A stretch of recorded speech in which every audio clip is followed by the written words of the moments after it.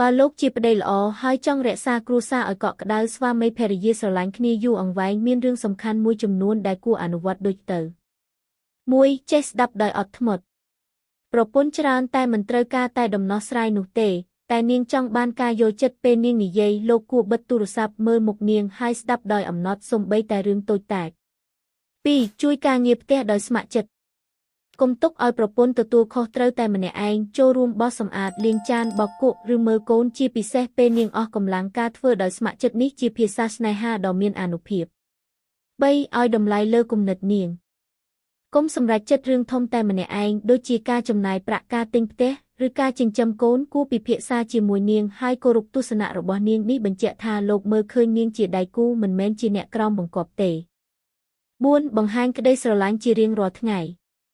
មិនចាំបាច់ថ្លៃទេការអបថាបថ្ងាសកាន់ដៃឬនិយាយថាគឺស្រឡាញ់នាង 2 ឬ 3 ដងក្នុងមួយសប្តាហ៍ឬសរសេរក្រដាសតូចដាក់ក្នុងកាបូបនាងថាអរគុណដែលនៅជាមួយគ្នា 5. គ្រប់គ្រងចិត្តនៅពេលខឹង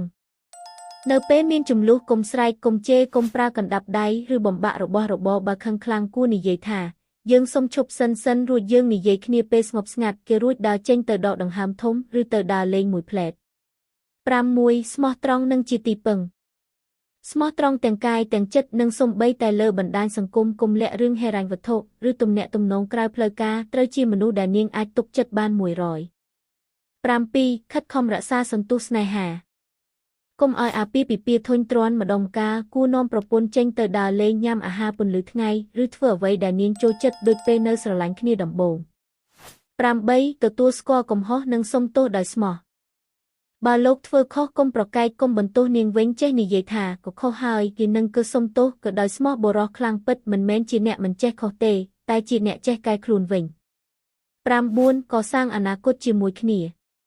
ពិភាក្សាគ្នាពីគោលដៅគ្រួសារសន្សំប្រាក់ទិញផ្ទះបង្រៀនកូនឬធ្វើអាជីវកម្មជាមួយគ្នាពេលដែលអ្នកទាំងពីរដើរទៅមុខជាមួយគ្នាទំនាក់ទំនងនឹងរឹងមាំមិនរង្គោះរង្គើឡើយ 10. ថែរក្សាខ្លួនឯងផង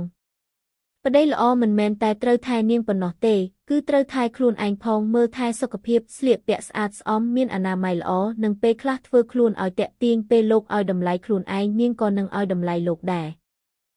ចំណុចស្នូលធំជាងគេគឺស្រឡាញ់គោរពនិងធ្វើខ្លួនជាមិត្តរួមដំណើរដ៏ស្មោះត្រង់បើលោកធ្វើបានតែប៉ុន្មានចំណុចខាងលើនេះប្រពន្ធនឹងមានអារម្មណ៍ថាលោកជាប្តីល្អហើយនាងនឹងឆ្លើយតបវិញដោយក្តីស្រឡាញ់ការគោរពនិងការលះបង់គ្រួសារមួយមិនមែនសង់ឡើងដោយមនុស្សម្នាក់ទេគឺសង់ឡើងដោយដៃពីរគូដែលកាន់គ្នាទៅវិញទៅមក